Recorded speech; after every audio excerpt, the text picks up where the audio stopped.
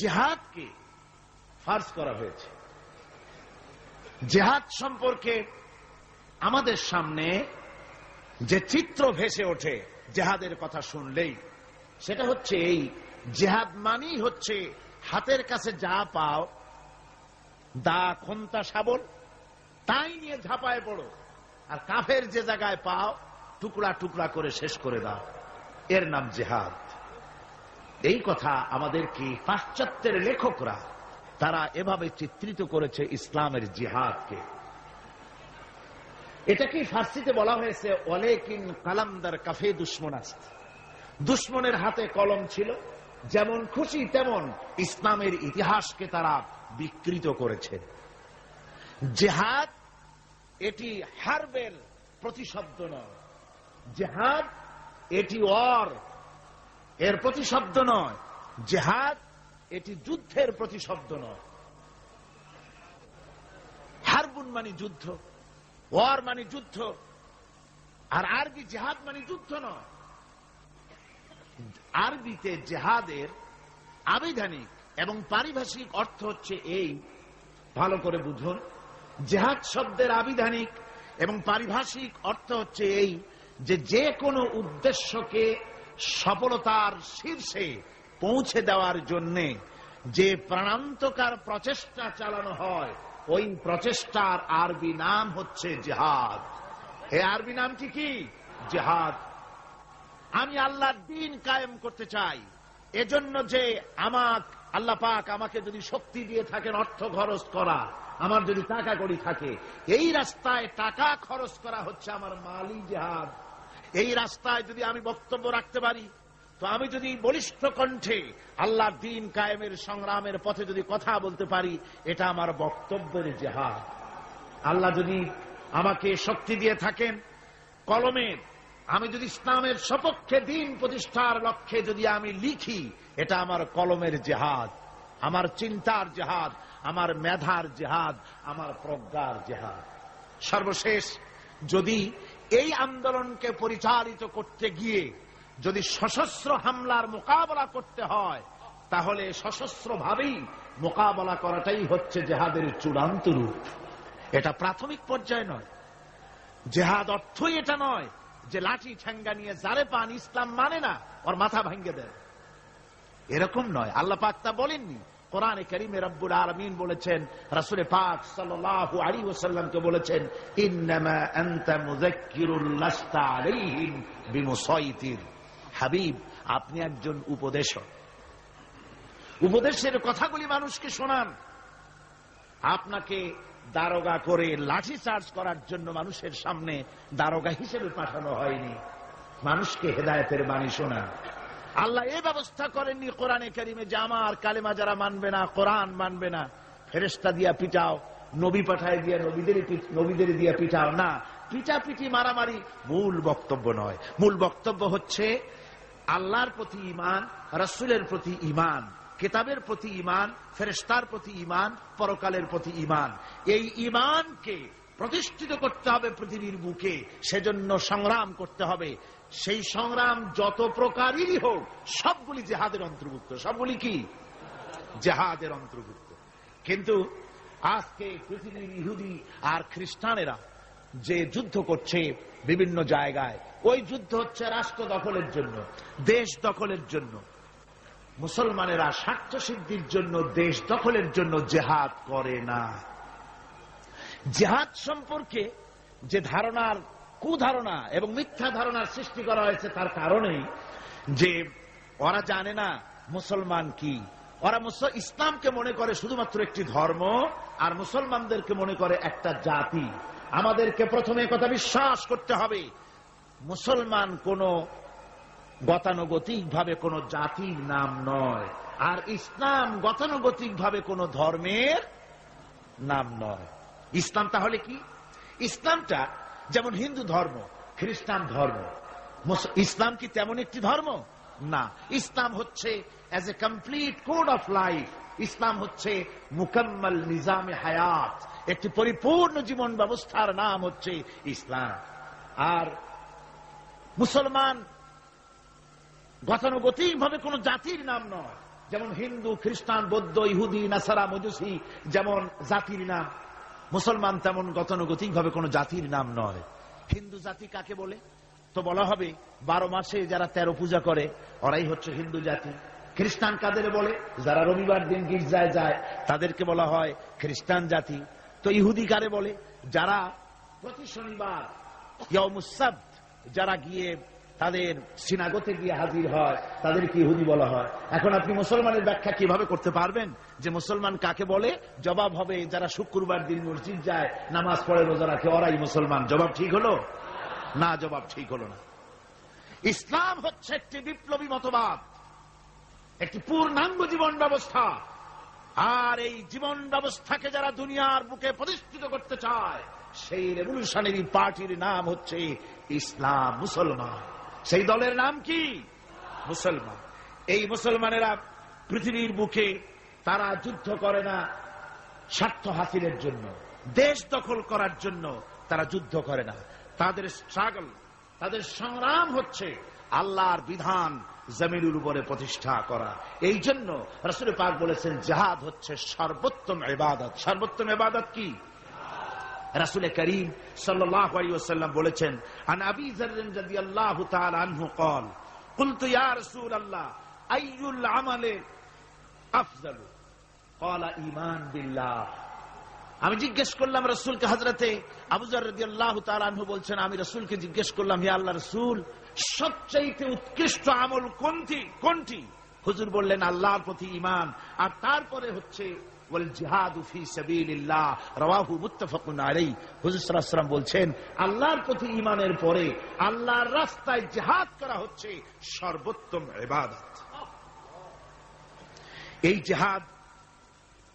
এই জিহাদের উদ্দেশ্য হবে মানব সমাজে আল্লাহর আইন প্রতিষ্ঠিত করা। যেহেতু আল্লাহর আইন প্রতিষ্ঠিত না হওয়া পর্যন্ত সমাজের মধ্যে অন্যায়, অসত্য চলতে থাকে, মানুষের উপর জুলম চলতে থাকে। এই জন্য জিহাদ হবে, যত জায়গায় জিহাদের কথা আছে জিহাদ ফি সাবিলিল্লাহ বলা হয়েছে। জিহাদ কার পথে? আল্লাহর পথে। আল্লাহ রাব্বুল আলামিন কোরআনে কারীমের মধ্যে বলেছেন, আল্লাযীনা আমানু ইউকাতিলুনা ফি সাবিলিল্লাহ। যারা নাকি ঈমানদার, যারা মুমিন, তারা সংগ্রাম করে, তারা লড়াই করে আমি আল্লাহর পথে, আমার দিন প্রতিষ্ঠার জন্যই তারা লড়াই করে। এরা হলো মুমিনের এটাই পরিচয়, আমার বিধানকে প্রতিষ্ঠা করার জন্য তারা সংগ্রাম করে। ওয়াল্লাযীনা কাফারু ইউকাতিলুনা ফি সাবিলিত তাগুত। আর যারা নাকি কাফের, যারা মহাসত্যকে অস্বীকার করেছে, কেবলমাত্র ওরাই তাগুতের মতবাদকে প্রতিষ্ঠিত করার জন্য তারা সংগ্রাম চালায়। তাহলে মুমিন সংগ্রাম করে কার পথে? আল্লাহর পথে। আর কাফের সংগ্রাম করে কার পথে? তাগুতের পথে। তাগুত কাকে বলা হয়? তাগুত বলা হয় সেই শক্তিকে যে শক্তি শুধু নিজেই আল্লাহর আইন অমান্য করে বসে থাকে না, বরং অন্যদেরকেও আল্লাহর আইন অমান্য করতে বাধ্য করে। তাকে আরবিতে কি বলা হয়? তাগুত বলা হয়। এই জন্য নদীর মধ্যে পানি যখন প্রবাহিত হয়, নদীর দুইটা কূল আছে। কয়টা কূল? এই দুই কূলের সীমারেখা ঠিক রেখে পানি যদি প্রবাহিত হয় তখন বলা হয় যে পানি নদীর আইন কানুন মেনে চলছে। কিন্তু যখন দুকুল ছেপে পানি প্লাবিত হয়ে জনপদকে ডুবিয়ে দেয় তখন আরবিতে বলা হয় তগাল বাহার, অর্থাৎ সমুদ্রের মধ্যে, দরিয়ার ভিতরে সীমা লঙ্ঘনকারী শক্তির সৃষ্টি হয়েছে। দেখুন হযরত মূসা আলাইহিস সালামকে আল্লাহ রাব্বুল আলামিন তাকে বলছেন, ইযহাব ইলা ফিরআউনা ইন্নাহু তাগাব। ফিরআউন সরকাশ হয়েছে, সীমা লঙ্ঘন করেছে, ওর বিরুদ্ধে, ওর কাছে তুমি চলে যাও, ওকে তুমি দ্বীনের দাওয়াত ওর সামনে গিয়ে পেশ করো। তো এভাবে করে দ্বীনের দাওয়াত দেওয়ার জন্য তাগুতরা চিরকাল বাধা দিয়েছে, আর মুমিন ব্যক্তিরা আল্লাহর দ্বীনকে প্রতিষ্ঠার জন্য সংগ্রাম করেছে। তাই জিহাদ এজন্য নয় যে খোদাদ্রোহীকে উৎখাত করে সেখানে নিজেরা গদি দখল করে বসে নিজেদের মন গড়া আইন ও কানুন চালাবো, এজন্য কিন্তু এই যুদ্ধ নয়, এই জেহাদ নয়। এই জেহাদকে এই জন্যই সর্বোত্তম ইবাদত করা হয়েছে, যেহেতু এই জেহাদ করে মানুষের উপর থেকে মানুষের প্রভুত্ব খতম করার জন্যই এই জেহাদ হবে। ইসলামের সর্বশ্রেষ্ঠ বিপ্লবী আহ্বান, এই কোরআনের মধ্যে যে বিপ্লবী আহ্বান জানানো হয়েছে, সে বিপ্লবী আহ্বান মুসলমানদের জন্য শুধু নয়, গোটা বিশ্ববাসীর জন্য। জেহাদটা কি জন্য শুনুন। কোরআনে কারিমে রব্বুল আলামিন যে আহ্বান জানিয়েছেন তামাম পৃথিবীর মানুষদেরকে, সে আহ্বান হচ্ছে ইয়া আইয়ুহান নাসু উবুদু রাব্বাকুমুল্লাযী খালাকাকুম ওয়াল্লাযীনা মিন ক্বাবলিকুম লাআল্লাকুম তাত্তাকুন। হে মানব সকল, আনুগত্য করো, উবুদু রাব্বাকুম আয় আতিউ রাব্বাকুম, গোলামি করো, আনুগত্য করো, দাসত্ব করো তোমার রবের, সেই রবের যিনি তোমাদেরকে সৃষ্টি করেছেন, সেই রবের আনুগত্য করো জীবনের সকল ক্ষেত্রে। এটাই কোরআনে কারীমের বিপ্লবী দাওয়াত গোটা পৃথিবীর মানুষের সামনে। আমার গোলামি করো, যেহেতু সৃষ্টি করেছি আমি। কে সৃষ্টি করেছেন মানুষকে? জোরে সোরে চিৎকার দিয়ে বলুন, কে সৃষ্টি করেছেন? আল্লাহ রাব্বুল আলামিন। এই জন্য মানুষের স্বস্তি, মানুষের স্বাধীনতা, মানুষের শান্তি, মানুষের নিরাপত্তা, মানুষের খেয়ে পরে সুখে শান্তিতে বসবাস করার গ্যারান্টি হচ্ছে আল্লাহর গোলামির ভিতরে। আল্লাহর গোলামি যারাই করবে তারাই শান্তি লাভ করবে। কোরআনে কারীমে রব্বুল আলামিন এ কথাটি এভাবে বলেছেন, আফাগায়রা দীনিল্লাহি ইয়াবগুন ওয়ালাহু আসলামা মান ফিস সামাওয়াতি ওয়াল আরদি তাওআন ওয়া কারহা। আমার দেওয়া জীবন ব্যবস্থাকে ছেড়ে দিয়ে তোমরা কি অন্য কোন মতবাদ খোঁজো নাকি? ওয়ালাহু আসলামা মান ফিস সামাওয়াতি ওয়াল আরদ, অথচ আকাশে যা কিছু আছে, জমিনে যা কিছু আছে, সব আমার আইন মানে, তাই সব শান্তিতে আছে। জোরে বলেন সুবহানাল্লাহ।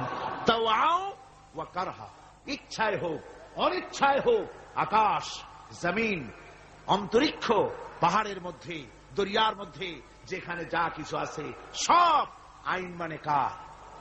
আর সেজন্যই শান্তি। এই শান্তি প্রতিষ্ঠার জন্য পৃথিবীর মানুষ বহুত চেষ্টা করেছে, কিন্তু শান্তি অর্জন করতে পারে নাই। পেরেছে? পারে নাই। আমাদের দেশের রেডিও এবং টেলিভিশনে বিভিন্ন ধর্মগ্রন্থ পড়া হয়, তারপরে বলে বিশ্বের সকল সৃষ্টির মঙ্গল হোক, ওং শান্তি, ওং শান্তি। আমি বলেছি, এইভাবে কেউ যদি ওং ওং করতে করতে যদি একেবারে রক্তবমিও করে, তবুও শান্তি প্রতিষ্ঠা হতে পারে না। শান্তি প্রতিষ্ঠার জন্য এই পৃথিবীর বুকে মানুষের চেষ্টার কম নাই। মানুষ এই পৃথিবীতে শান্তি প্রতিষ্ঠার জন্য লিগ অব নেশনস তৈরি করেছে, ইউনাইটেড নেশনস অর্গানাইজেশন তৈরি করেছে। পৃথিবীর মানুষ সেন্টো, সিয়াটো, ওয়ার্স, সার্ক, কত কিছু তৈরি করলো। আপনারা বলেন, শান্তি কি প্রতিষ্ঠা করতে পেরেছে? জোরে জবাব দিন, শান্তি প্রতিষ্ঠা করতে পেরেছে? পারে নাই। প্রথম বিশ্বযুদ্ধ হয়ে গেল। এই বিশ্বযুদ্ধের পর নিদারুণ ভাবে মানুষ ক্ষতিগ্রস্ত হলো, পৃথিবীর মানুষ। আর যাতে যুদ্ধ বিগ্রহ না হয় সেজন্য 1920 সনে লিগ অব নেশনস তৈরি হলো। পৃথিবীতে আর যুদ্ধ যাতে না হয় সেই আকাঙ্ক্ষা নিয়ে এটা তৈরি করা হলো। কিন্তু লিগ অব নেশনস কিছুই করতে পারল না। 1939 সনে শুরু হয়ে গেল সেকেন্ড গ্রেট ওয়ার, দ্বিতীয় বিশ্বযুদ্ধ। এই বিশ্বযুদ্ধ চলল 1939 থেকে 1945 সন পর্যন্ত, অর্থাৎ সুদীর্ঘ 6টি বছর পর্যন্ত দ্বিতীয় বিশ্বযুদ্ধ চলল। এই যুদ্ধে পৃথিবীর বিরাট ক্ষতি হয়ে গেল, অসংখ্য মানুষ মরল, কত কোটি কোটি মানুষ ক্ষতিগ্রস্ত হলো, বাড়িঘর ধ্বংস হলো, মানুষের নগর সভ্যতা জনপদ বিধ্বস্ত হয়ে গেল।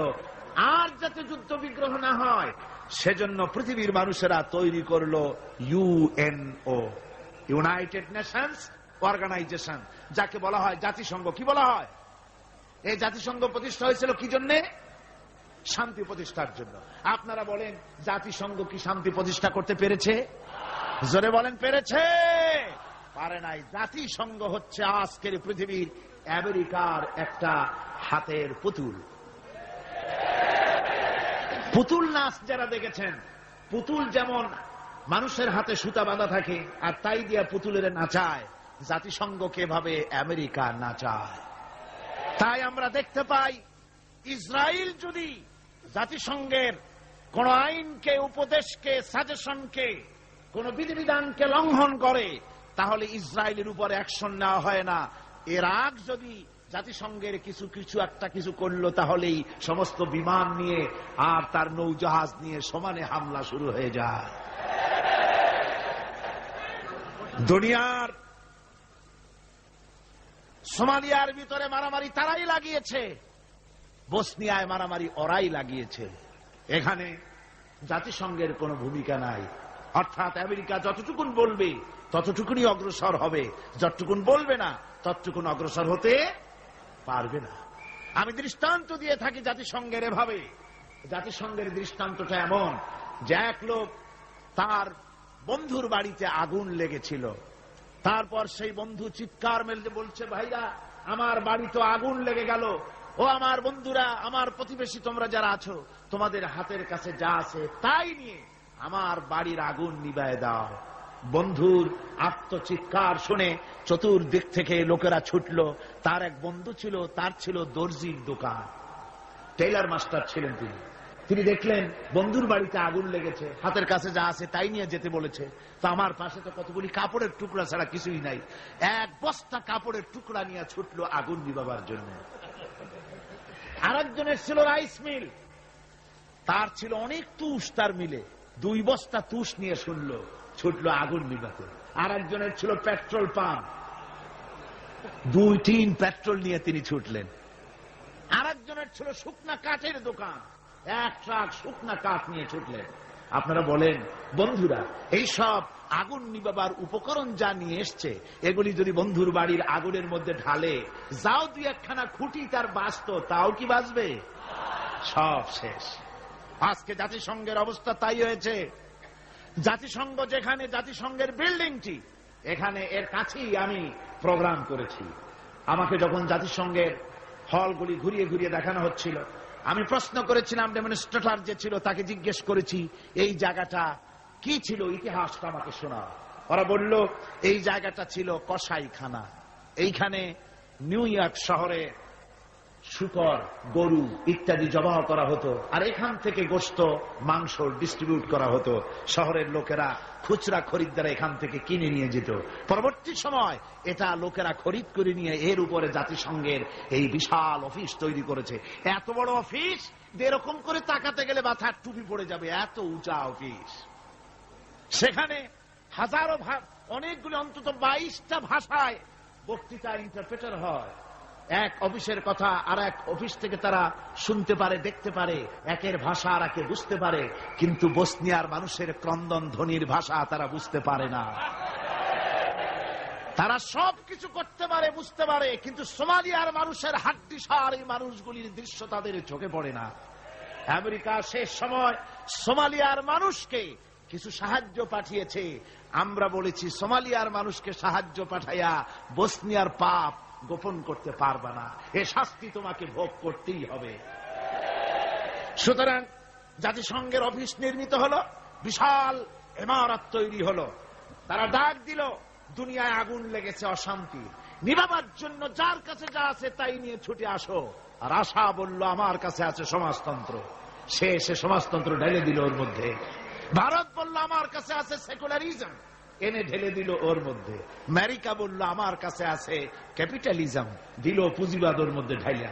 পৃথিবীর এই জ্বলন্ত অশান্তির আগুনের মধ্যে প্রত্যেকেই তাদের ম্যানমেড, নিজস্ব মস্তিষ্ক প্রসূত মতবাদগুলি ঢেলে দিয়ে পৃথিবীর অশান্তির আগুনকে শত সহস্র গুণে বর্ধিত করে গোটা দুনিয়াকে জ্বালিয়ে পুড়িয়ে শেষ করে দিল।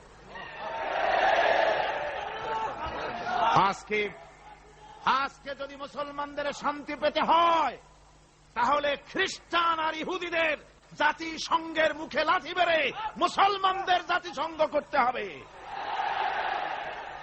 বিশ্ব শান্তি প্রতিষ্ঠার জন্য আল্লাহ রাব্বুল আলামিন স্থায়ী পরিকল্পনা দান করেছেন। রব্বুল আলামিন বলেছেন, তাআলাউ ইলা কালিমাতিন সাওয়াইন বাইনানা ওয়া বাইনাকুম আল্লা না'বুদা ইল্লাল্লাহ। আল্লাহ পাক বলছেন, ও আমার হাবিব, আপনি বলুন, ও আহলে কিতাবের লোকেরা, ও খ্রিস্টান জগৎ, ও পৃথিবীর মানুষেরা, তাআলাউ ইলা কালিমাতিন সাওয়াইন বাইনানা ওয়া বাইনাকুম, এমন একটা কথার দিকে তোমরা ঐক্যবদ্ধ হও যেটা তোমাদের জন্য আর আমাদের জন্য সমভাবে প্রযোজ্য। তা হচ্ছে আল্লাহ না'বুদা ইল্লাল্লাহ, আল্লাহ ছাড়া কারো গোলামি করব না।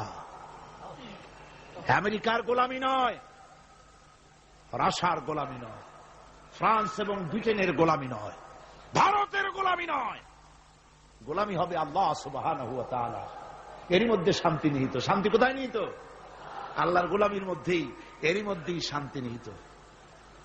ওয়ালা নুশরিকা বিহি শাইআ, আর আল্লাহর শক্তির সাথে কোন জিনিসকে আমরা অংশী স্থাপন করব না। আর পরস্পরকে আমরা প্রভু বলে মেনে নেব না আল্লাহ ছাড়া। এটাই হলো শান্তির পরিকল্পনা। তিনটা আল্লাহ তিনটা পরিকল্পনা দিলেন। কয়টা দিলেন?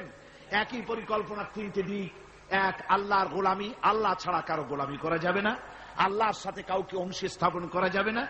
ওয়ালা ইয়াত্তাখিযা বা'দুনা বা'দান আরবাবান মিন দুনিল্লাহ, আর আল্লাহ ছাড়া কাউকে প্রভু বলে মানা যাবে না। আল্লাহ ছাড়া কাউকে সুপার পাওয়ার বলে আমরা মানি না। সুপার পাওয়ার আকাশে জমিনে একজনই আছেন, তার নাম কি? জোরে বলেন, তার নাম কি? ওই আল্লাহ রাব্বুল আলামিন বলেছেন, ইনিল হুকমু ইল্লা লিল্লাহ, হুকুম আইন একমাত্র আল্লাহরই চলতে পারে, মানুষের উপরে আর কারণ। আলা লাহুল খালকু ওয়াল আমর, সৃষ্টি যার, আইন চলবে সেই আল্লাহ রাব্বুল আলামিনের। মানুষের এই কথা কেন আমাদের মাথার মধ্যে ঢোকে না? আমাদের মাথার মধ্যে এই কথা আসা দরকার। এই পৃথিবীতে কই একটা গরু তো আর একটা গরুর আইন মানে না। লক্ষ্য করেন, মাঠে ময়দানে যে বড় বড় গরু আছে, যে গরুটার শিং মোটা, স্বাস্থ্য মোটা, সেই গরু সে বলে নাকি যে এর মধ্যে দুর্বল যত গরু আছে কেউ নড়তে পারবে না, আমার হুকুম মেনে চলতে হবে। আর সমস্ত ছোট গরুরা বয়স চটে জড়সড় হইয়া ঘাস খাওয়া বাদ দিয়া মাঠের এক কোনায় গিয়ে দাঁড়ায় রয়েছে, এরকম দেখা গেছে কখনো? একটা গরু আর একটা গরুর আইন মানে না, একটা গাধার আইন মানে না, একটা ব্যাঙ ছোট্ট প্রাণী, সেই ব্যাঙ আর একটা ব্যাঙের আইন মানে না। ভাদ্র মাসে, শ্রাবণ মাসে যখন বৃষ্টি পড়ে, তখন বড় ব্যাঙটা সে বলে না যে ছোট ব্যাঙেরা একটা টু শব্দ করতে পারবি না, যত গ্যাং ওর গ্যাং আমিই করব। আর সব ব্যাঙেরা বয়স চড়ে চুপ হয়ে গেছে, এরকম হয়েছে কখনো? মুসলমান ভাইয়েরা, একটা গাধার আইন মানে না, একটা কুত্তার আইন মানে না, একটা ব্যাঙের আইন মানি না। তুমি মানুষ হয়ে আর একটা মানুষের তৈরি করা আইনের সামনে কি করে মাথা নত করো? এটা শিরকুন আযীম।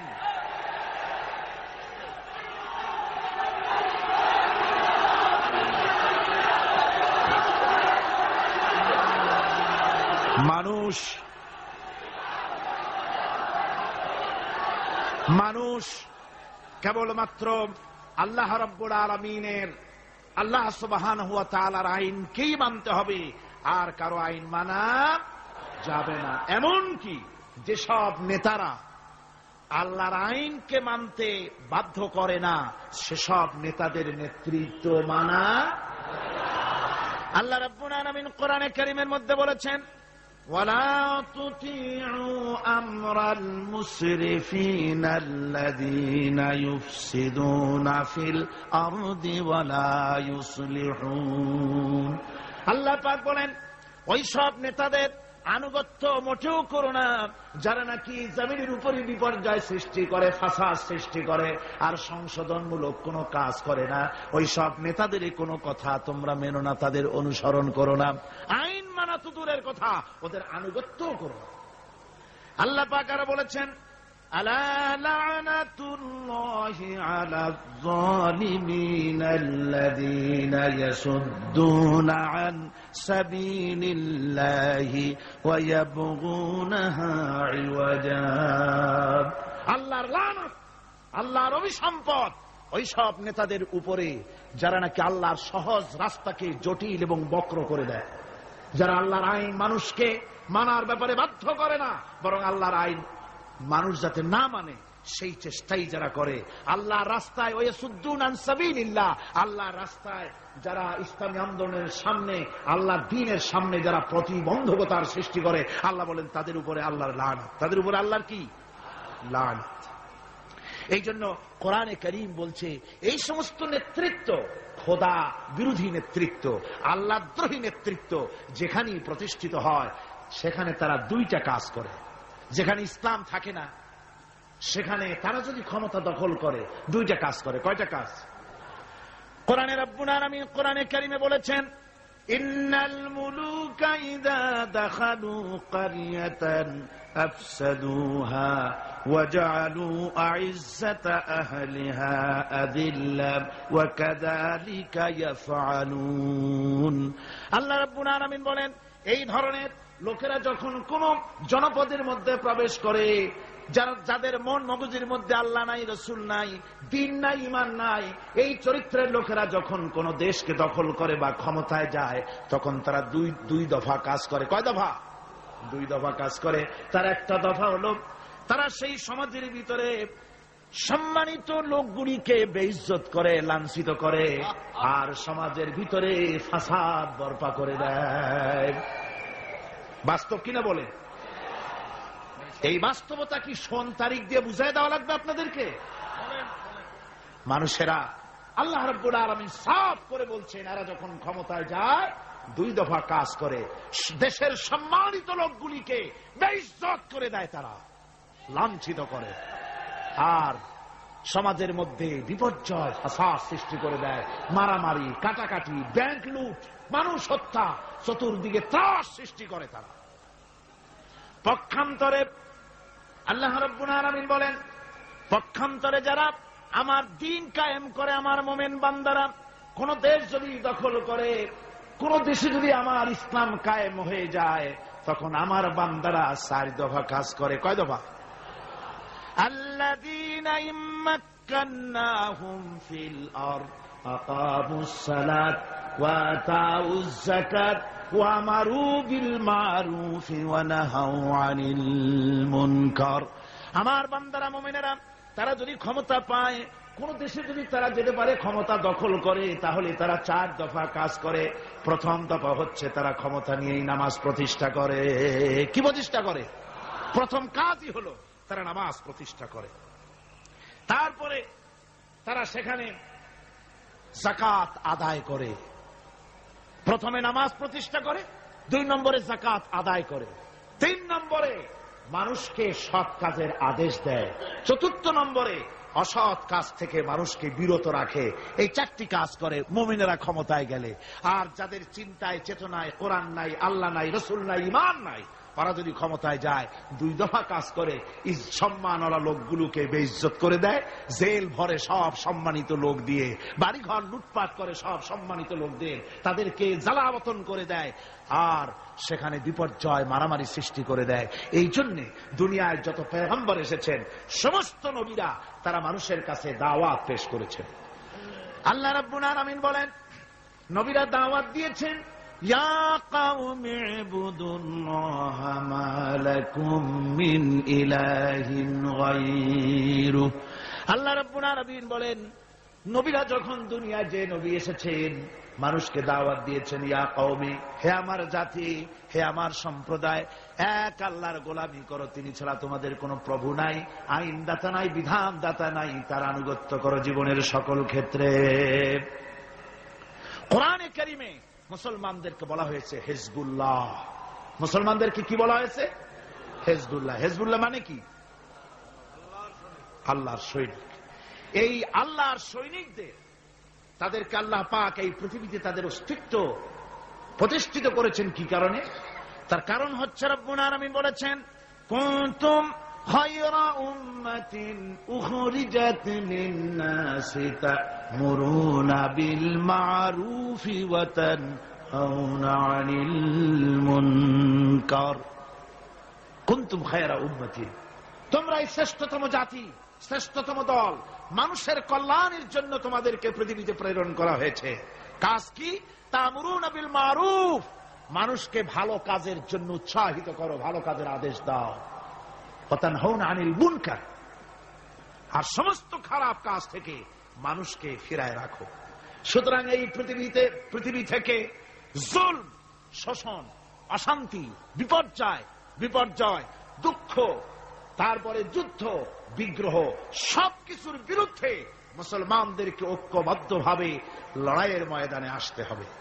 কোরআনে কারিমে রব্বুল আলামিন কথা এভাবে বলেছেন, ওয়াকাতিলুহুম হাত্তা লা তাকুনা ফিতনাতুন ওয়া ইয়াকুনাদ দীনু কুল্লুহু লিল্লাহ।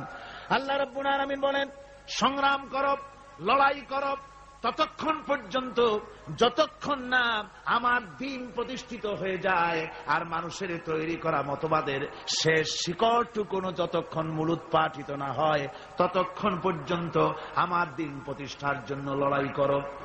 ও মুসলমানেরা, যারা মুসলমান এই লড়াই, এই জিহাদের দায়িত্ব যদি গ্রহণ না করে, মুসলমানেরা যদি ঈমানের এই দায়িত্ব কবুল না করে, আল্লাহর দ্বীন প্রতিষ্ঠার জন্য যদি সংগ্রাম না করে, রব্বুল আলামিন বলেন, ইল্লা তাফআলুহু তাকুন ফিতনাতুন ফিল আরদি ওয়া ফাসাদুন কাবীর। ইল্লা তাফআলুহু, যদি তোমরা তা না করো, তাহলে মনে রেখে দিও বিরাট বিপর্যয়, ভাঙন, মুসিবতের সম্মুখীন তোমাদের হতে হবে পৃথিবীর মুসলমানেরা। আজ আমরা এই দায়িত্ব পালন করছি না বলে আমাদের সামনে এই বিরাট মুসিবত এসেছে বিশ্ব জুড়ে, ঠিক কিনা কর?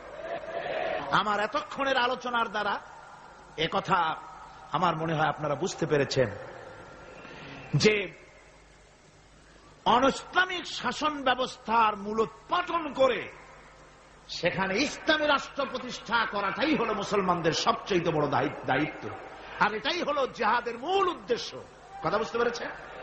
জিহাদের উদ্দেশ্য কোন দেশ দখল করে সেখানকার প্রেসিডেন্ট আমরা হব, সেখানের মাল সম্পদ লুটপাট করে নেব, এটা জিহাদের উদ্দেশ্য নয়। জিহাদের উদ্দেশ্যই হলো মানুষের তৈরি করা মতবাদ উৎখাত করে আল্লাহর দ্বীন প্রতিষ্ঠিত করা, এটাই হলো জিহাদের মূল উদ্দেশ্য। আর এই উদ্দেশ্য নিয়ে পৃথিবীর মানুষ যেখানেই মুসিবতে আছে, যে জায়গায় বিপদে আছে, যে জায়গায় কষ্টে আছে, সেখানেই মুসলমানদেরকে ঝাঁপিয়ে পড়তে হবে। রাসূলুল্লাহ বলেছেন, পৃথিবীর সমস্ত মুসলমানেরা হচ্ছে কাজাসাদিন ওয়াহিদ, একটা বডির মতো। মুসলমান কি? একটা শরীরের মতো। তার পায়ের তলায় কাটা ফুটলে মাথায় খবর হয়, মাথায় কাটা ফুটলে পায়ের তলায় খবর হয়। কিন্তু পায়ের তলায় কাটা ফুটলে যদি মাথায় টেন না পায়, মাথার চুল ধরে টানলে যদি পায়ের টেন না পায়, তাহলে কি হয়েছে লোকটি? জি, প্যারালাইসিস হয়ে গেছে, পক্ষাঘাত হয়ে গেছে। আমার মুসলমান ভাইয়েরা, বসনিয়ার মুসলমানদেরকে মারা হচ্ছে, বসনিয়ার নারীদেরকে ধর্ষণ করা হচ্ছে, কচি কচি মাসুম বেগুনা বাচ্চাদেরকে জবাই করা হচ্ছে। ওই খবর শুনে যদি আমার কলিজা না কান্দে, কাশ্মীরের মুসলমানদের মসজিদের ভেতরে ভারতের কাফির সৈন্যরা গুলি করে পাখির মতো মুসল্লি, নামাজরত মুসল্লি গুলিকে পাখির মতো শিকার করে দিতেছে, দুনিয়া থেকে বিদায় করে দিতেছে। এ খবর শোনার পর মুসলমানদের কলিজায় যদি আগুন না লাগে, তাহলে মনে করতে হবে ইমানে প্যারালাইসিস হয়ে গেছে, ইমানটাই প্যারালাইসিস হয়ে গেছে।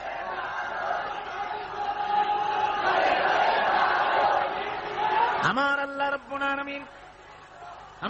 রাব্বুল আলামিন কোরআনে কারীমের মধ্যে পরিষ্কার বলেছেন, ওয়ামা লাকুম লা তুকাতিলুনা ফি সাবিলিল্লাহ والمستضعفين من الرجال والنساء والبلدان الذين يقولون ربنا أخرجنا من هذه القرية الظالم أهلها وما لكم কি হয়েছে তোমাদের লা তুকাতিলুনা ফি সাবিলিল্লাহ আমার রাস্তায় কেন সংগ্রাম করো না, কেন লড়াই করো না। ওয়াল মুস্তাদাফিন মিনার রিজাল, যেখানে নিপীড়িত নিগৃহীত আবাল বৃদ্ধ বনিতা পুরুষ নারী কচি কচি শিশু নির্যাতনে অতিষ্ঠ হয়ে আমার দরবারে ফরিয়াদ করে বলছে, আয় আল্লাহ এই জালিমের জনপদ থেকে আমাদেরকে মুক্ত করো। এভাবে যখন কান্দে, ও মুসলমানেরা তোমাদের কি হলো, তোমরা কেন ঝাঁপিয়ে পড়ো না তাদের সপক্ষে, কেন লড়াই করো না? ভাইরা আমার, সারা বিশ্ব জুড়ে মুসলমানদের উপরে নির্যাতন চলছে। এই নির্যাতনের বিরুদ্ধে মুসলমানদেরকে ঐক্যবদ্ধ হতে হবে দ্বীন প্রতিষ্ঠা করার জন্য। দ্বীন যদি প্রতিষ্ঠিত হয় তাহলে নির্যাতন বন্ধ হয়ে যাবে, শয়তানি বদমাশি সব বন্ধ হয়ে গিয়ে সুখ এবং শান্তি প্রতিষ্ঠিত হবে। এই জন্য ইসলামে জিহাদের স্তর সম্পর্কে বলা হয়েছে।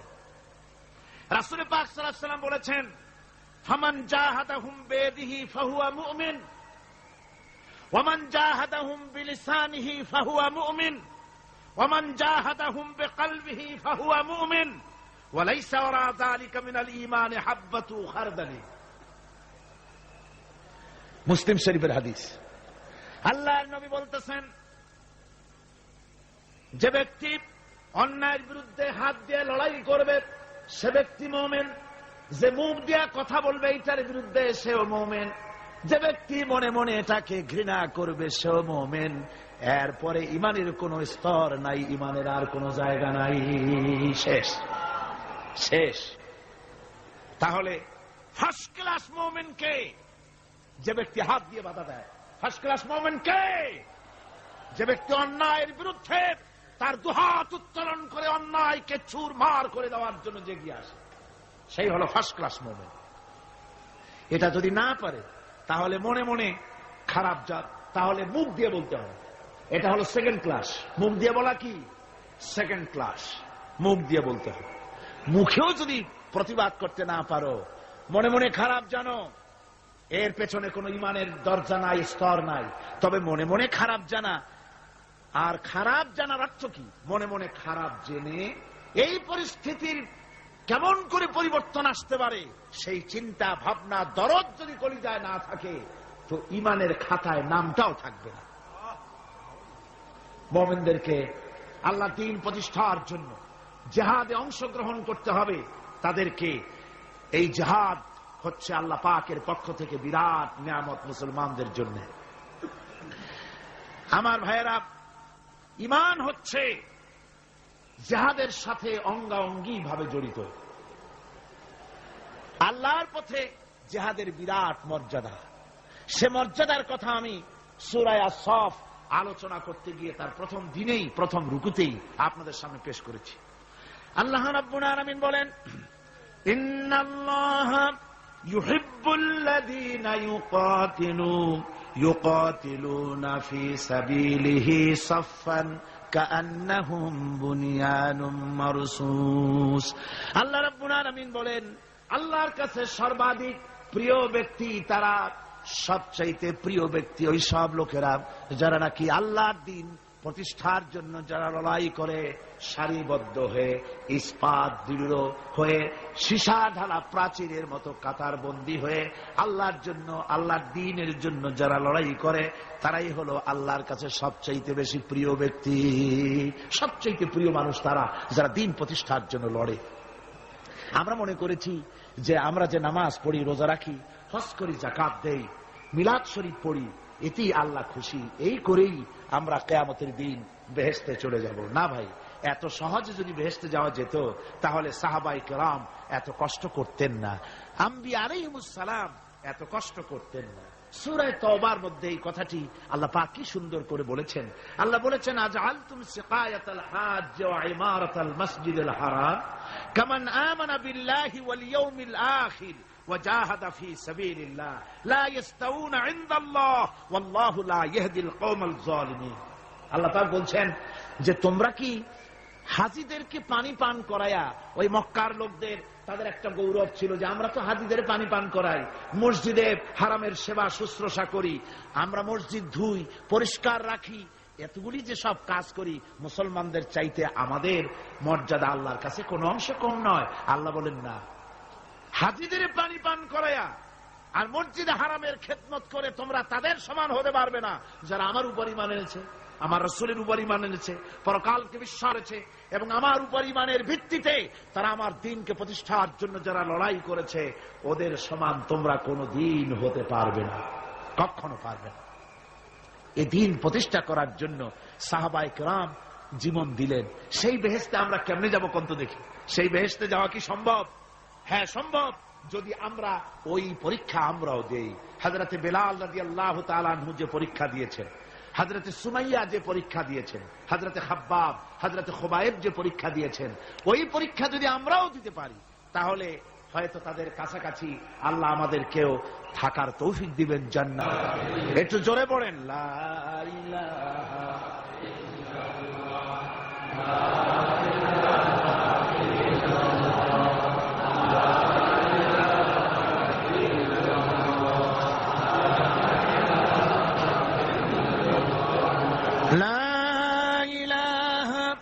ইল্লাল্লাহু মুহাম্মাদুর রাসূলুল্লাহ। আমার ভাইরা, ওরা হযরতে খাব্বাবকে বেঁধেছে, খুঁটির সাথে বেঁধে চতুর্দিক থেকে তীর নিক্ষেপ করছে, তরবারি মারতেছে, শরীরের গোশত টুকরা টুকরা হয়ে পড়তেছে। হযরত আব্বাস রাদিয়াল্লাহু তাআলা আনহু বর্ণনা করছেন, সামি'তু রাসূলুল্লাহ সাল্লাল্লাহু আলাইহি ওয়াসাল্লাম ইয়াকুল, আইনান লা তামাসসুহান নারু আইনুন বাকাত মিন খাশিয়াতিল্লাহ ওয়া আইনুন বাতাত তাহরিসু ফি সাবিলিল্লাহ, রাওয়াহু তিরমিজি। হযরত ইবনে আব্বাস রাদিয়াল্লাহু তাআলা তিনি বলছেন, আমি রাসূলুল্লাহকে বলতে শুনেছি, আল্লাহর নবী বলেছেন, দুইটি চোখকে জাহান্নামের আগুন দুইটা চোখকে স্পর্শ করবে না। একটা চোখ হচ্ছে গভীর রাত্রে যারা আল্লাহর ভয়তে, জাহান্নামের ভয়তে যারা কান্দে, জাহান্নামের আগুন ওই চক্ষুকে স্পর্শ করবে না। আর যারা দ্বীন প্রতিষ্ঠার জন্য, আল্লাহর দ্বীন কায়েমের জন্য ময়দানে যারা লড়াই করে, রাতের বেলায় পাহারা দেয়, ওই পাহারারত চোখে, চোখের মধ্যে জাহান্নামের আগুন ওই চোখে স্পর্শ করবে না। আমার ভাইরা, হযরত উসমান রাদিয়াল্লাহু তাআলা আনহু বলছেন, মান রাবাতা লাইলাতান ফি সাবিলিল্লাহ কানাত কাআলফি লাইলাতিন সিয়ামুহা ওয়া কিয়ামুহা। হাজার রাত ধরে রোজা রাখলে, হাজার রাত ধরে ইবাদত করলে, আর হাজার দিন ধরে রোজা রাখলে যে সওয়াব হবে, একটা ঘন্টা, একটা রাত যদি কেউ পাহারা দেয় আল্লাহর দ্বীনকে প্রতিষ্ঠার জন্য, আল্লাহর দ্বীনের কোন ইসলামী রাষ্ট্রের প্রহরায় যদি কেউ যদি থাকে, একটা রাতে পাহারা দিয়ে যে সওয়াব হবে, হাজার হাজার বছর ধরে নামাজ রোজা করে ওই সওয়াব পাওয়া যাবে না। সুবহানাল্লাহ। অর্থাৎ হাজার বছর ধরে নামাজ রোজা করার মতোই সওয়াব পাহারা দেওয়া আল্লাহর দ্বীনের, ইসলামের রাষ্ট্রকে। বন্ধুগণ, রাসূল পাক সাল্লাল্লাহু আলাইহি ওয়াসাল্লাম তিনি বলেছেন, কিয়ামতের দিন জাহান্নামের আগুন আর জিহাদের ময়দানের ধুলি, এ দুটি একসঙ্গে কোন মানুষের পেটের মধ্যে প্রবেশ করবে না। রাসূল পাক সাল্লাল্লাহু আলাইহি ওয়াসাল্লামের একটি হাদিস যা মিশকাত শরীফের মধ্যে বর্ণিত আছে। মিশকাত শরীফের সম্ভবত 336 পৃষ্ঠায় এই হাদিসটি বর্ণনা করা হয়েছে যে হযরত ইবনে আইস রাদিয়াল্লাহু তাআলা আনহু হচ্ছেন এই হাদিসের রাবী। তিনি বলছেন, একবার হুজুর সাল্লাল্লাহু আলাইহি ওয়াসাল্লাম এক ব্যক্তির জানাজায় গিয়ে উপস্থিত হলেন। হযরত ওমর রাদিয়াল্লাহু তাআলা আনহু তখন হুজুরকে বললেন, হে রাসূল, আপনি এই লোকটার জানাজা পড়বেন? এই লোক তো ইসলামের এই ক্ষতি করেছে, সেই ক্ষতি করেছে, অমুক করেছে, এই লোকটার আপনি জানাজা পড়বেন? হুজুর তখন উপস্থিত লোকদের জিজ্ঞেস করলেন, হাজিরিন, তোমরা কি কেউ এই লোকটাকে কোন ইসলামের ভালো কাজ করতে দেখেছ? একজন লোক দাঁড়িয়ে গেলেন, তিনি বললেন, হে আল্লাহর নবী, আমি সাক্ষী, আমি দেখেছি একটা মুজাহিদ বাহিনী জিহাদ করে ফিরতেছিল, তো এক জায়গায় তারা ডেরা গাড়লো, শিবির স্থাপন করলো, রাত কাটাবে বলে। আমি দেখেছি এই লোকটি সারা রাত সেই মুজাহিদদেরকে, সাহাবীদেরকে সারা রাত জেগে জেগে পাহারা দিয়েছে। আল্লাহর নবী জানাজার ইমামতি করলেন, আর এরপরে তাকে কবরের মধ্যে মাদফুন করে দিয়ে নবীজি তার কবরের পাশে দাঁড়িয়ে বললেন, ইন্না আসহাবাকা ইয়াযুন্নুনা আন্নাকা মিন আহলিন নার ওয়া আনা আশহাদু আন্নাকা মিন আহলিল জান্নাহ। নবীজি বলছেন, ও কবরবাসী, তোমার সাথীরা মনে করে তুমি জাহান্নামী, আর আমি নবী মুহাম্মদ সাল্লাল্লাহু আলাইহি ওয়াসাল্লাম সাক্ষী দিচ্ছি তুমি বেশক আল্লাহর বেহেশতি, তুমি অবশ্যই আল্লাহর জান্নাতে যাবে। এরপর হযরত ওমরের দিকে ফিরে রাসূলুল্লাহ বললেন, ওমর, মানুষের শুধু বাহ্য দৃশ্যটাই দেখো না, তার অন্তরের জজবাটাকেও কদর করো। সুবহানাল্লাহ বিহামদিহি। এই জিহাদের ময়দানে যারা কাজ করে, জান দেয়, মাল দেয়, আল্লাহ পাক তাদের উপরে রহম করেন। এই জিহাদ হচ্ছে এক অগ্নি পরীক্ষা। এই জিহাদটা কি? অগ্নি পরীক্ষা।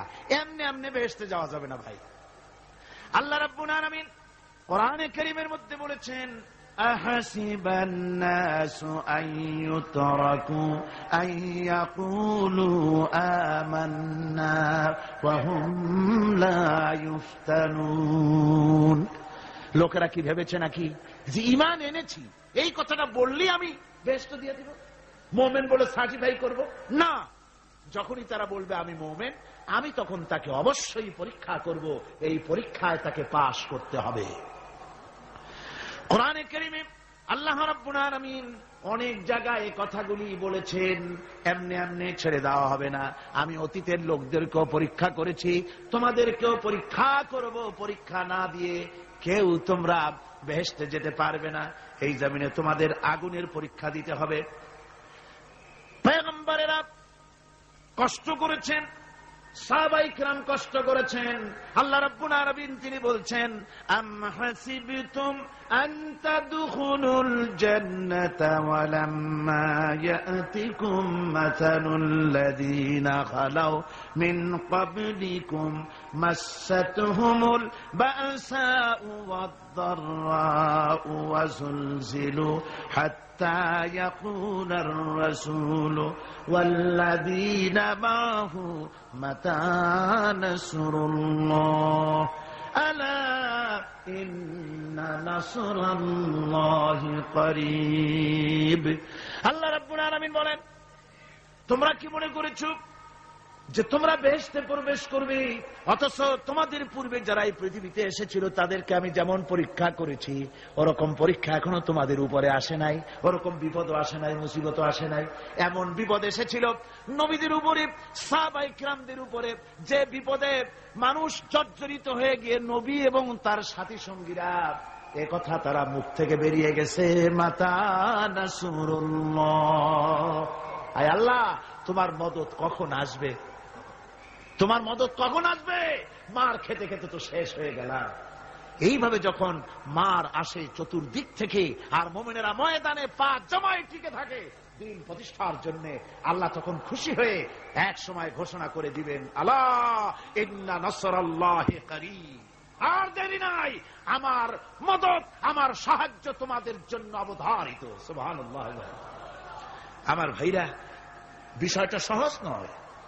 শুধু দুইটা সেজদা দিয়া, শুধু তাহাজ্জুদের কিছু নামাজ পড়িয়া আল্লাহর জান্নাতে যাওয়া এত সহজ নয়।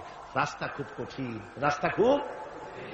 ये शहादत गाहे उल्फत में कदम रखना, ये शहादत गाहे उल्फत में कदम रखना, लोग समझते हैं आसान है मुसलमान होना। এটা হলো শাহাদাতের উত্তপ্ত ময়দানে পা রাখা। লোকেরা মনে করে ইসলাম গ্রহণ করা, মুসলমান হওয়া বুঝি বড় সহজ ব্যাপার। এত সহজ না। আমরা হানফি মাসলাকের লোক, ইমাম আবু হানিফার মাসলাক অনুযায়ী চলি। আমরা মনে করি বেহেশতে এমনি যাব, কিন্তু আমাদের ইমাম সাহেব কি করছেন ওই ইতিহাস আমাদের জানা নেই। খাজা বাবার মহব্বতে অস্থির। রজব মাস আসলে পরে বড় বড় ডেক্সি চড়ায়, সেই ডেক্সির উপরে লাল শালু বিছায়, তারপরে টাকা পয়সা রোজগার বহুত করে। আসলে তো খাজানা, আসলে হচ্ছে ইয়া খাজা কুস্তু আজা, পেট তো ভর যায়। পেট ভরার জন্য পয়সা করে ইনকাম করা। হাজার লা ইলাহা ইল্লাল্লাহ এই চিশতিয়া তরিকার জিকির গ্রহণ করা হয়েছে, কিন্তু চিশতিয়া তরিকা যে আরেকটা আছে, কারাগার পর্বতে পৃথিবীরাজের সঙ্গে লড়াই করা, সেইটার কাছে নেই আমরা। সেটা ইমাম আবু হানিফা শুধু মস্তাই বলেন নাই, দিন প্রতিষ্ঠার জন্য রক্ত দিয়েছেন, ঠিক কিনা? 8 বছর, 8টি বছর পর্যন্ত কারারুদ্ধ ছিলেন। তাকে জিজ্ঞেস করা হয়েছে, ইমাম সাহেব জেলের মধ্যে তো আছেন, কষ্ট হয়? ইমাম সাহেব বলেছেন, না কষ্ট হয় না, তবে মাঝে মাঝে একটু কষ্ট হয় মনে। 2-4 মাস পর পর আমার বুড়ি মাকে এনে হাজির করা হয় জেলখানার মধ্যে, আর আমার মায়ের সামনে আমাকে পেটানো হয়, যেন মা আমাকে বলে যে এদের সাথে একমত হয়ে যা, সেই জন্য পেটানো হয়। তা আমার মা আমার মায়ের দেখে, আর মায়ের চোখ থেকে পানি পড়তে থাকে, তখন আমার মনে বড় কষ্ট লাগে। তবে আলহামদুলিল্লাহ মা আমার এমন, আমার মার দেখেন আর হজম করেন, আর আমাকে বলেন খবরদার এক চুলো সিদ্ধান্ত থেকে নড়বা না।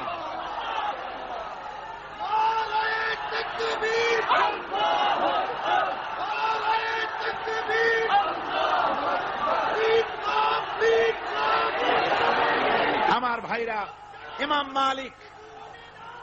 মালিক 28 দিন পর্যন্ত তাকে বাতিলরা বেঁধে দিয়ে গেছে, হাত পিঠ মোড়া দিয়ে 28 দিন বাঁধা। এই হাত বাহু থেকে ডিসকানেক্ট হয়ে গিয়েছে, এই বাহুর জোড়া থেকে ডিসকানেক্ট হয়ে গিয়েছিল হাত, 28 দিন পর্যন্ত বাঁধা ছিল। ইমাম আহমদ বিন হাম্বল, ইসলাম বিরোধীরা তাকে পিটাইছে, প্রত্যেকটা চাবুকের সাথে গায়ের গোশত উঠে এসেছে। এজন্য কবি বলতেছি, पैरवी बू हनीफा की सनद जिंदान है, हम्बली होता है पीठ पर दुर्रे खाने की बात। হানাফি হতে চাও, জেল জরিমানার জন্য প্রস্তুতি নাও। শুধু সবরি কলা খাইয়া বেহেশতে যাওয়া যাবে না, এত সহজ না। আঙ্গুর বেদানা, সবরি কলা আর দুধের স্বরের উপর ইসলাম আসে নাই, ইসলাম এসেছে তপ্ত ময়দানের উপরে। জান দিয়ে রক্ত দিয়ে ইসলাম প্রতিষ্ঠা হয়ে গোটা দুনিয়ার নির্যাতিত নিপীড়িত জনতার মুখে হাসি ফুটিয়েছে ইসলাম।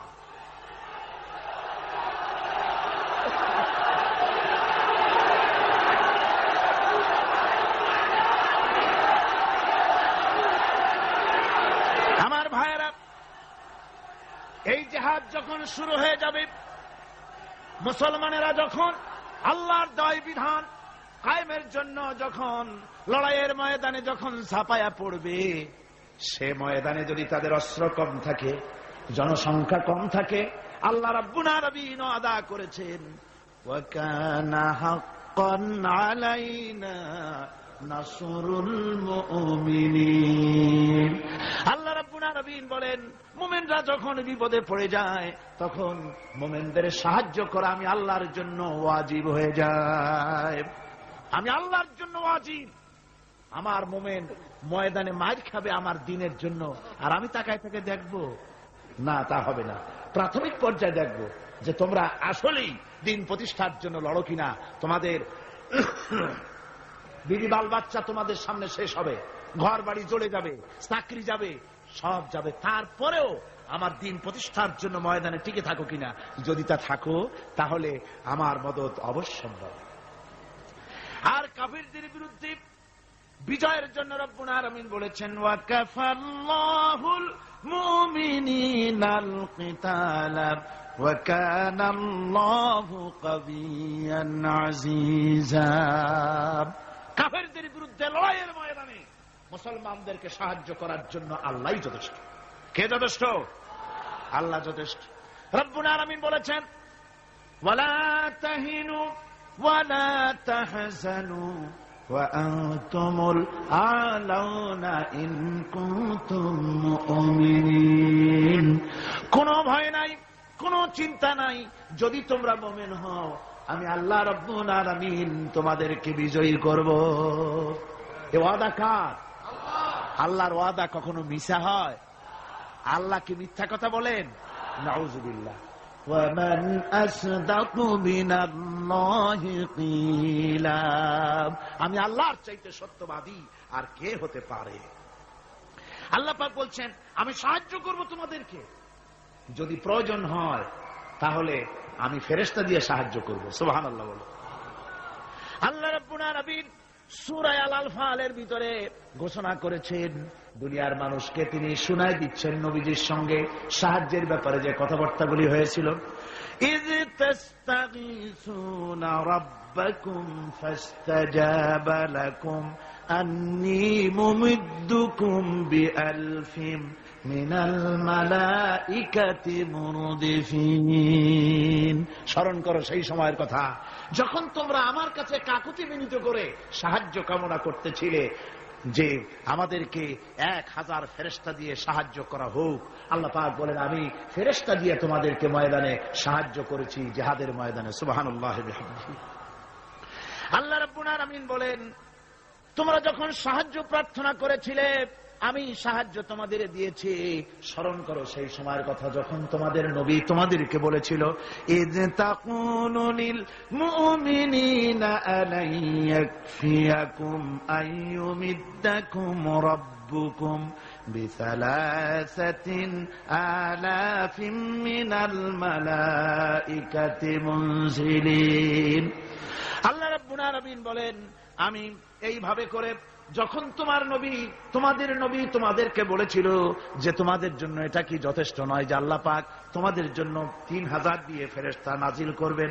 হ্যাঁ, আমি তখন 3000 ফেরেশতা নয় বরং 5000 ফেরেশতা দিয়ে তোমাদেরকে সাহায্য করার ওয়াদা করেছি। 3000 নয়, 5000 চিহ্নযুক্ত ফেরেশতা নাজিল করে দিয়ে তোমাদের সাহায্য করব বলে আমি ওয়াদা করেছি। আজও সেই মদদ আল্লাহর পক্ষ থেকে আমাদের জন্য ওই মদদ আজও আসতে পারে। কবি বলছেন ফেজায়ে বদরে পয়দা কুন ফিরিশতে তেরি নুসরত কো উতর সকতে গর্দু সে কতর অন্দর কতর আবি। বদরের মুসলমানদের মতো যদি ঈমান তোমাদের আসে তাহলে আজও আকাশ থেকে কাতারে কাতারে ফেরেশতা আমি আল্লাহ অবতীর্ণ করে দিতে পারি। সুবহানাল্লাহ বিহামদিহি। আমার ভাইরা, হযরতে সাদ বিন আবি ওয়াক্কাস রাদিয়াল্লাহু তাআলা আনহু তিনি কাদিসিয়ার যুদ্ধের পর যখন পারস্য দখলের জন্য চললেন, পারস নগর অবরোধ করলেন, সামনে পড়ল নদী। এই নদী পাড়ি দিবেন, সাথে তার হাজার হাজার সৈন্য, এই সৈন্য নিয়ে নদী পাড়ি দিবেন। জিজ্ঞেস করলেন সাহাবীদের তোমরা কি চাও? ইসলামের আন্দোলন, ইসলামের জিহাদ, আল্লাহর দ্বীন এখানেই শেষ হয়ে যাক এটা চাও, না ইসলামের এই কলেমার আওয়াজ নদীর ওপারেও নিয়ে যেতে হবে, অথচ আমাদের কাছে কোনো পারাপারের কোনো নৌকা নাই, কি করতে চাও? সাহাবীরা বললেন আমরা আপনার অর্ডার ফলো করব, আমরা এই নদীর ওপারে গিয়েও কালেমার পতাকাকে উড্ডীন করতে চাই, কালেমার সুশীতল ছায়াতলে গোটা দুনিয়াকে আনতে চাই। হযরতে সাদ তখন বললেন তাহলে তোমরা সবাই আমার পেছনে পেছনে এই দরিয়ার ভিতরে ঝাঁপিয়ে পড়ো আর আমার সঙ্গে সবাই উচ্চারণ করো নাস্তাঈনু বিল্লাহি ওয়া নাতাওয়াক্কালু আলাইহি হাসবুনাল্লাহু নি'মাল ওয়াকিল নি'মাল মাওলা ওয়া নি'মান নাসির। ইতিহাস লিখতেছি 60,000 সৈন্য তাদের অশ্ব নিয়ে, তাদের উষ্ট্র নিয়ে, তাদের মালপত্র নিয়ে, জিহাদের সামান নিয়ে শ্রাবণের খরস্রোতা নদী, উত্তাল তরঙ্গমালায় ভরা নদীর উপর থেকে এই সাহাবীরা পাড়ি দিয়ে ওপার চলে গেলেন। ওপার যাওয়ার পরে হযরতে সাদ বলছেন তোমাদের কেউ কি হারায় গেছে নাকি? সবাই এদিক ওদিক তাকায়, খোঁজ করে বলল মানুষ তো দূরের কথা, একটা উট আর ঘোড়াও একটাও হারায় যায় নাই। একজন বলল আমার একটা পেয়ালা, যে পেয়ালা আমি পানি পান করতাম, সেই পেয়ালাটা তুফানে ছিটকে কোথায় চলে গেছে, ওইটা হারায় গেছে। হযরতে সাদ বলেন মুজাহিদের কোন জিনিস দরিয়া নিতে পারে না, অবশ্যই তা ফেরত আসবে। এই কথা তিনি বলতেছিলেন, হঠাৎ করে দরিয়ার কিনারে একটা আওয়াজ হলো, দেখা গেল তুফানের ভিতরে সেই হারানো বাটিটা তাদের মধ্যে বেরিয়ে এসেছে। আল্লাহু আকবার। মুজাহিদদেরকে সাহায্য করেন স্বয়ং আল্লাহ রাব্বুল আলামিন। আফ্রিকার জঙ্গলের কাছে ভিন্ন ইতিহাস, জঙ্গলের কাছেই মুসলমানদেরকে থাকতে দেওয়া হয়েছিল। মনে করা হয়েছিল জঙ্গলের সমস্ত হিংস্র প্রাণীরা এই মুসলমানদের শেষ করে দেবে, যুদ্ধ করা লাগবে না। হযরতে সাদ সে অবস্থা বুঝতে পারলেন, তিনি একটা মঞ্চ তৈরি করলেন। সেই মঞ্চের উপরে দাঁড়ায় জঙ্গলের প্রাণীদের দিকে লক্ষ্য করে তিনি নোটিশ জারি করে দিলেন, বললেন, ইয়া আইয়াতুহাল হাশারাতু ওয়াস-সিবাউ নাহনু আসহাবু রাসূলুল্লাহ সাল্লাল্লাহু আলাইহি ওয়াসাল্লাম। হে জঙ্গলের হিংস্র প্রাণীরা, আমরা আল্লাহ রাসূলের সাহাবী। ফাইন্না নাজিলুনা ফামান ওয়াজাদনা বাদাহু কাতালনাহু। আমরা রাসূলের সাহাবী, এইখানে আল্লাহর দ্বীনকে কায়েম করার জন্য আমরা এসেছি, আল্লাহর কলেমার আওয়াজ নিয়ে আমরা এখানে রাত কাটাবো। সুতরাং এই জঙ্গলের ভিতরে হিংস্র প্রাণী যত আছো সব আমাদের এই জায়গা ছেড়ে অন্যত্র চলে যাও। আফ্রিকার জঙ্গলি মানুষেরা চিন্তা করলো, মানুষের কথা কি জঙ্গলি প্রাণীতে শোনে নাকি, পাগলে কয় কি? তারা তাকায় তাকায় দেখলো হযরতে সাদের এই ঘোষণার পরে বাঘের কাতারে বাঘ, সিংহের কাতারে সিংহ, সাপের কাতারে সাপ, যার যার ডিম আর বাচ্চা গুলি মুখে কামড়ায়া সাহাবীদের এলাকা ছেড়ে দিয়ে তারা অন্যত্র চলে গেল। আমার মুসলমান ভাইরা, এই ছিল মুসলমানদের ইতিহাস। দ্বীন প্রতিষ্ঠা করার কাজে মুসলমান এগোলে আল্লাহই মদত করেন। কে মদত করেন? বিশ্বকবি, কবি সম্রাট আল্লামা ইকবাল রহমতুল্লাহ আলাইহি বলেছেন, দশত দশত है दरिया भी न छोड़े हमने, दशत दशत है दरिया भी न छोड़े हमने, बहर जुल्मत पे दौड़ा दिए घोड़े हमने। আমরা সেই মুসলমান, প্রান্তর তো প্রান্তর, আমরা দরিয়ার খরস্রোতা উত্তাল তরঙ্গের উপর থেকে ঘোড়া দাবড়িয়ে আফ্রিকার ভূখণ্ডে কালেমার পতাকা আমরা উড্ডীন করেছি। আমরা সেই মুসলমান যে আমরা আল্লাহর দ্বীন প্রতিষ্ঠার জন্য এই জিহাদের কথা যে আল্লাহ বলছেন, এই জিহাদের জন্য আমরা জান মাল সব কিছুকে উৎসর্গ করতে চাই। আল্লাহ যেন কবুল করেন, সবাই বলেন আমিন। আল্লাহুম্মা আমিন।